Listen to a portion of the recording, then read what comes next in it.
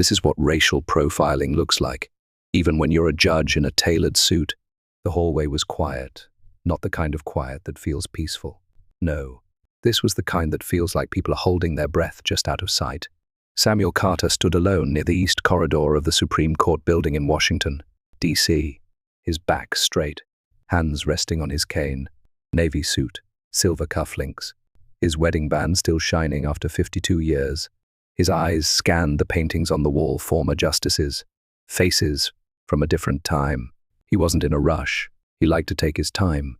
He'd been invited to speak at a private ceremony honoring the anniversary of a landmark case he'd helped shape decades ago. His name wasn't on the plaques, but if you knew the kind of name whispered in law school classrooms, the kind of name still quoted in legal journals. But none of that mattered to Officer James Reed. "Excuse me, sir." Reed's voice was sharp, too sharp. "Can I see your ID?" Samuel turned, surprised. "Of course," he said, reaching into the inside pocket of his suit. "I'm here for the Harper event." Officer Emily Stone stood just behind Reed, one hand on her belt, watching Samuel like he might bolt. Reed took the ID, looked at it, flipped it over like it was fake. "And what are you doing back here?" "I was told to wait here," Samuel said. "Justice Harper's assistant, Michael, or Matthew. I forget his name. He asked me to wait while they finish up the chamber." "You were told to wait here in this hallway?" Reed asked again. "Yes," Samuel said calmly. "This hallway." Reed didn't like that. "You don't have any credentials on you, no badge, no pass." "I wasn't given one," Samuel said, "but I have the invitation on my phone." "Let me see it." Samuel pulled out his phone, scrolling slowly. His hands weren't as quick as they used to be, but before he could find the message, Reed stepped closer. "You don't need to be on your phone. You need to answer my questions." Samuel stopped, looked up. For the first time, his calm wavered just a little. "Son," he said slowly, "I've been answering questions for longer than you've been alive. But right now, what you're doing, it's not procedure. It's assumption." Reed's jaw clenched. "What did you say to me?" "I said," Samuel repeated, "you're making assumptions. And I suggest you radio someone who knows what they're doing before you embarrass yourself." That was it, the moment, the flick of the match. But sometimes people are more interested in proving their power than admitting they're wrong. "Turn around, hands behind your back." Officer Reed's voice cut through the stillness like a slap. Samuel blinked. For a second, he thought maybe he'd misheard. "Excuse me, you're refusing to comply with a lawful order. Hands behind your back." Samuel didn't move, not out of pride, not out of arrogance, but out of sheer disbelief. "I just showed you my ID. I told you who invited me. You didn't even check with anyone. You just decided." Reed cut him off. "Sir, this is your last warning." Stone shifted uncomfortably. She hadn't said a word yet. She looked young, 28, maybe new to DC, still figuring out who she was supposed to be in the uniform. You could tell she was following Reed's lead, but wasn't quite sold on it. "Reed," she muttered, just loud enough for him to hear. "Don't," he snapped. "Procedure is procedure." Samuel took a deep breath and gently set his phone on the bench beside him. "I'll go with you," he said softly. "But I'm telling you, you're making a mistake you're not going to forget." Reed moved quickly, too quickly. He yanked Samuel's hands behind his back like he was dealing with a threat, not a 76-year-old man with a cane. The metal cuffs clanked as they locked around his wrists. Samuel winced. He didn't say a word. He just stood there, eyes ahead, quiet. Stone finally spoke. "We really doing this? In here, in the Supreme Court building?" Reed turned toward her, lips tight. "You saw him. No ID badge, no pass. Could have been casing the place for all we know." Stone shook her head but didn't push it.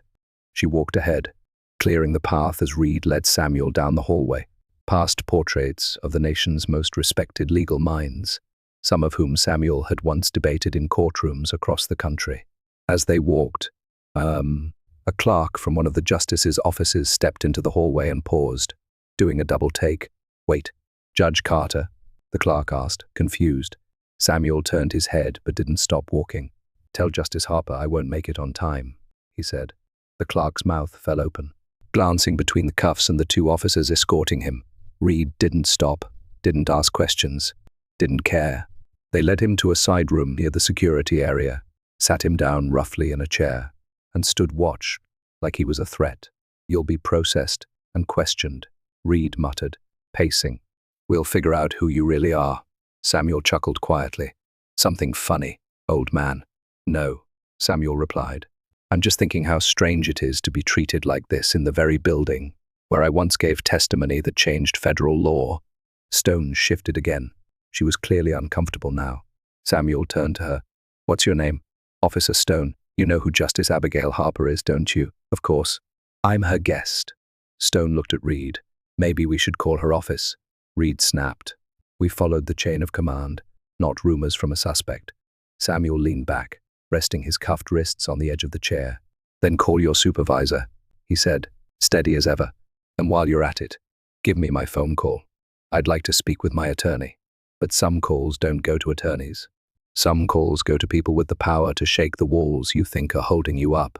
Stone hesitated before pulling out her radio. "Dispatch. This is Officer Stone, requesting confirmation on a detained individual possible guest of Justice Harper. Name, Samuel Carter. Can we get a contact from her chambers to verify?" There was silence on the other end. A pause, then static, then a voice. "Hold for confirmation. Stand by." Reed rolled his eyes. Waste of time. Samuel didn't respond. He looked down at the table in front of him, the cuffs digging slightly into his wrists. The table was scratched, one of those institutional fold-out kinds. It reminded him of the ones in community centers and jury deliberation rooms. He'd sat at hundreds like it, always on the other side. "You know what bothers me the most?" Samuel said, not lifting his eyes. Reed didn't answer, just kept pacing. Samuel looked up slowly. "You didn't even ask who I was. You looked at me, and that was enough for you." Reed smirked. "I go off behavior, not looks." "No, you go off fear," Samuel said, "and it makes you dangerous." Before Reed could reply, the door cracked open. A man in a navy suit stepped in, breathing a little harder than someone in a suit usually does. "Who authorized this?" The man barked. "This is Carter Judge, Samuel Carter, guest of Justice Harper. What the hell are you doing?" Reed stood straight. "Sir, he had no credentials. We followed protocol." "No, you didn't. You followed whatever nonsense is in your head. That man was supposed to be escorted to the chambers, not cuffed like a shoplifter." The man turned to Stone. "Who's in charge here?" She glanced at Reed, then back at the staffer. Technically, he was lead on the contact. The man threw his hands in the air. "Unbelievable." He walked over to Samuel and began unlocking the cuffs. "Sir, I am so sorry." "It's fine," Samuel said, standing up slowly. "I'm not hurt, just disappointed." He rubbed his wrists, picked up his cane, and adjusted his tie. "Justice Harper is expecting you," the staffer said. "She's already been notified. She's not happy." Samuel raised one brow. "No, I imagine she wouldn't be." Reed took a step forward. "Wait, so you really are a judge?" Samuel turned his head. "Was. Retired now, but yes. I spent 40 years making sure men like you couldn't just do what you just did. Apparently, I missed a few spots." The room went still. Samuel turned to Stone. "I appreciate you checking on the radio. Don't let silence turn you into someone you're not." Stone nodded slightly. She couldn't quite look him in the eye. "Let's go," the staffer said. As they stepped out of the holding room, the hallway felt different, quiet again, but not the same kind of quiet, more like the kind before a thunderstorm. A few clerks had gathered near the chamber entrance, whispers. Raised eyebrows, but Samuel just walked. Head high, cane tapping softly with each step. But a walk like that doesn't erase what just happened. It only pushes the question louder. How far does your name carry when your face speaks louder? Justice. Abigail Harper stood just outside her chambers, arms folded, lips tight. She wasn't wearing her robe yet, still in her dark blue pantsuit, but her presence alone made the room still. Samuel approached slowly, guided by the staffer. When their eyes met, a flicker of something passed between them, not shock, not pity, just that quiet understanding that only comes with decades of knowing how the world works. "Sam," she said, voice calm but tight. "I'm sorry." He nodded once. "Not your fault." Her eyes moved past him toward the two officers still lingering at the end of the corridor. "I want their names," she said to her aide, "and their supervisors." Today. Yes, Mom, he replied. She turned to Samuel. You all right? I'm fine, he said. Nothing I haven't seen before, but I didn't expect to see it here. Harper shook her head slowly. Neither did I. They walked into her office, door clicking shut behind them. The walls were lined with books, framed photographs of her with justices, activists, foreign leaders. On the far end, a photo of Samuel swearing her in years ago. You want to cancel the speech? She asked, walking behind her desk. I'll shut it down right now. He shook his head. No, I want them to hear it, every single one of them. She nodded, sat down, and leaned forward on her desk. I'm going to make this right, she said. Samuel gave a half smile. You already have. That's the difference between now and 40 years ago. Back then, I'd have been dragged outside and put on a curb. Harper glanced out the window. They're going to feel this. I don't want revenge, he said. I want memory. I want them to remember that today, in the highest court of this country, a man with no weapon, no aggression, no threat still got treated like a suspect. And if that can happen here, where else can't it? She was quiet for a beat, then she said, Want some coffee before we go in? He chuckled. Only if it's that awful strong stuff you used to brew when we clerked in Street Louis. She laughed. That machine's long gone, but the bitterness lives on. As she got up to grab the pot, Samuel leaned on his cane and glanced back at the door. You know what burns the most, he said, his voice lower now. Not the cuffs, not the humiliation, not even the assumptions. It's the fact that those boys walked in here with more power than knowledge. They didn't know who I was, didn't care, and they were ready to bet their badge I didn't belong. That's the part that eats at you. Justice Harper poured 2 cups and brought one over. I know it does, but we're not done fixing this place. No, he said, taking a sip. We're not. Just then, her aide returned. It's time. They walked together toward the chamber doors. Behind them, the whispers were louder now. Word had spread a judge in cuffs inside these walls. Samuel didn't want pity. He didn't need it. What he wanted was attention, not for himself, but for the truth, for the plain, uncomfortable truth that no badge, title, or legacy could shield you from being mistaken for a problem when you looked like him. Outside, Stone sat on a bench, head down, staring at her shoes. Reed stood by the wall, jaw tight, arms crossed. Neither spoke as Samuel walked by. He stopped, looked at them. You know, he said, I spent my life writing opinions, not living inside them. But today, I became one. Think about that. And he walked into the chamber. But some lessons don't end at the courtroom door. They follow you long after the gavel drops. Back in the security wing, Officer Stone sat stiffly in a small conference room, arms crossed tight across her chest. Her partner, Reed, stood near the wall, hands on his hips, eyes bouncing between the floor and the door. They'd been pulled from active duty the moment word got out, not officially suspended, but benched. A quiet, uncomfortable pause while the brass figured out how to spin the story. Do you know who that was? Stone finally said, her voice dry. Reed didn't answer. That was the guy who helped write the decision on Walker v. Jennings. That's federal law, man. Reed scoffed. He didn't look like anyone. Stone snapped. Exactly. He didn't look like anyone. So you threw cuffs on him. He pointed at her. Don't act like you weren't standing right there. You didn't stop it either. Stone stood. Because I trusted you knew what you were doing. But the moment he spoke, I knew something was off. You just didn't want to hear it. Silence. Stone walked to the door and leaned on it. You know what I keep thinking about? The way he looked at me when he asked my name. Not like he was mad, like he was disappointed. Reed didn't respond. He didn't have anything left to say. Meanwhile, upstairs in the chamber, the crowd had gone quiet. Justice Harper stood at the podium, clearing her throat. Before we begin, I'd like to say something that's not on the program. She gestured to the side. Samuel walked out slowly, cane in hand, back straight. His presence brought a stillness to the room. Judges, clerks, interns, even a few senators in the back rows, all turning their heads to watch him approach. Ladies and gentlemen, she said, this is Judge Samuel Carter. Some of you know him. Some of you owe your careers to the cases he argued, the legislation he influenced, and the paths he cleared long before most of us were allowed through the door. He took the mic. The room fell silent. I wasn't going to say anything, he began, but silence only works for the people already being heard. He paused. This morning, I was mistaken for a trespasser, cuffed, detained. Right here in the halls I've walked 100 times. Why? Because the young man in uniform didn't know who I was and didn't bother to ask. A few people shifted in their seats. I'm not here to make a scene. I'm not here to ruin careers. I'm here to remind you justice isn't just about the letter of the law. It's about the spirit of it. And that spirit dies a little every time we let fear speak louder than facts. He glanced at Harper. When I was allowed one phone call, I called her not because I needed saving, but because I needed a witness. Someone who'd stand beside me when truth walked into the room in handcuffs. He looked back at the crowd.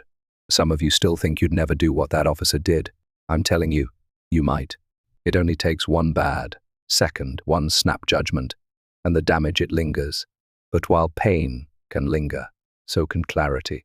And clarity can change the whole damn room. Downstairs, a door creaked open. It wasn't loud, but somehow it felt heavy, the kind of sound that breaks tension without trying to. Officer Stone looked up from her seat. A tall, sharp-suited man stepped in. Assistant Director Daniel Pierce from Capitol Police Internal Affairs. Word was he didn't usually come down in person, but this wasn't a usual day. He didn't sit, didn't shake hands. I read the report. I watched the footage, he said, eyes fixed on Reed. You had no reason to detain Judge Carter. He complied. He explained. You ignored. Reed straightened up, clearly trying to hold on to what little he had left. Sir, we followed the initial threat assessment protocol, no visible credentials. Standing alone in a secured zone. Pierce cut him off. A secured zone where he was invited. He was listed. Reed, you could have made one call. Instead, you made a choice. Reed looked at Stone, then back at Pierce. So what now? Pierce looked at both of them. What now is consequences? What now is accountability? And what now is public? Stone's face tightened.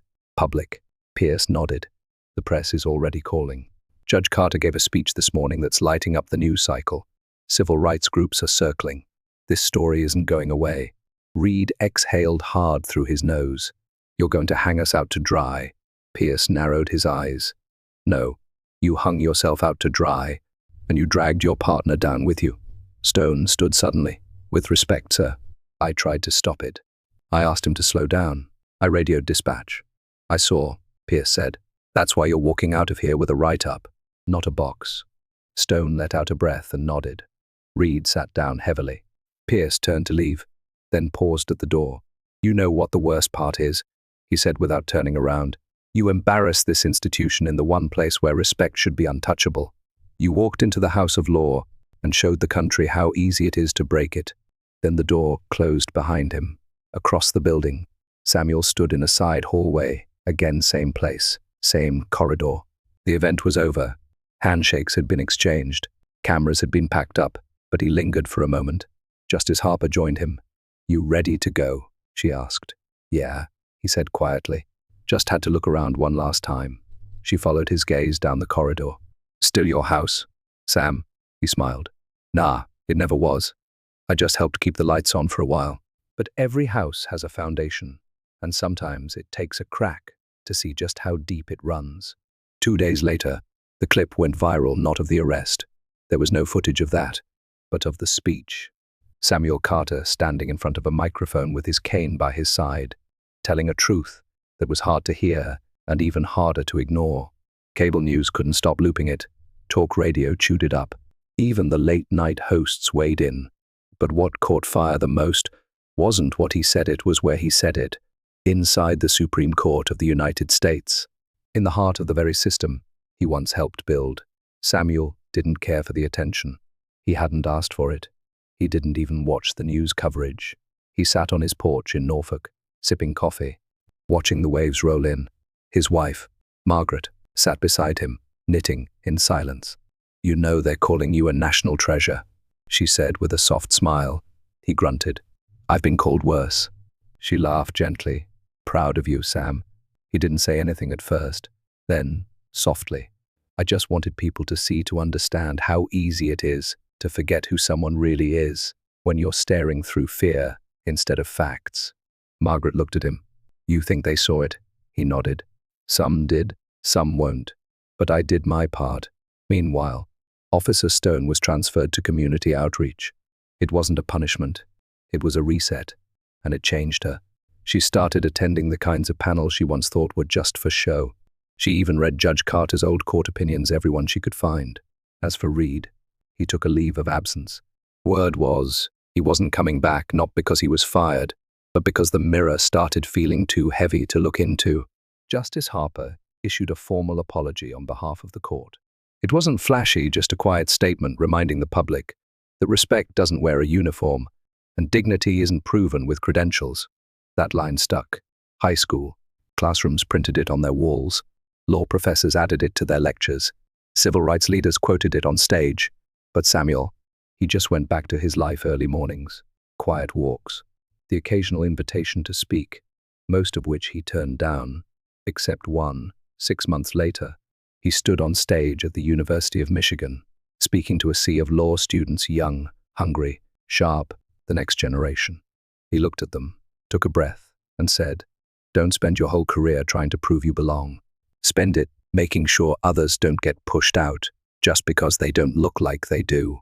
That line that won God a standing ovation, because in the end, the question isn't just who belongs here. The question is, who decides? If this story moved you, share it, talk about it, reflect on it. These moments don't just happen in headlines. They happen in hallways, in lobbies, and in classrooms, in your own neighborhood.